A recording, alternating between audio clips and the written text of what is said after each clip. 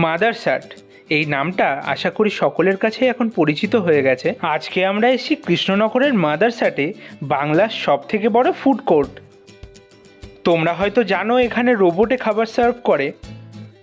আমরা নিয়েছি মাটন হান্ডি বিরিয়ানি, কারণ বিরিয়ানির আর কোনো অপশানস ছিল না। এক প্লেট বিরিয়ানির প্রাইস 295 রুপিস। এক প্লেটে আছে বেশ অনেকটা পরিমাণে রাইস, 1 পিস আলু, 2 পিস মাটন আর একটা ডিম। প্রথমেই বলি বিরিয়ানির লুকসটা। বিরিয়ানি প্লেটে ঢালার পরে দেখেই তেমন একটা ভালো লাগছে না। বিরিয়ানির আলুটাও ঠিক সুস্থ আলু না। আর সর্বোপরি মাটনের কথা বলি, মাটনের কোয়ালিটি একেবারেই ভালো না। 2 পিস মাটন থাকলেও তাতে মিটের পরিমাণ খুব সীমিত, পুরোটাই হাড়। ওনাদের বলার পরে ওনারা পিস চেঞ্জ করে দিয়েছেন, তোমাদেরও হয়তো দেবেন, কিন্তু আমাদেরকে দুবার মাটনের পিস চেঞ্জ করে দেওয়ার পরেও তথাকথিত ভালো পিস বলতে যেগুলো বোঝায় বিরিয়ানিতে, নাল্লি সিনা, সেগুলো একবারও আসেনি। প্রতিবারই শক্ত ছিবড়া মাংস এসছে। এবার আসি রাইসের কথায়।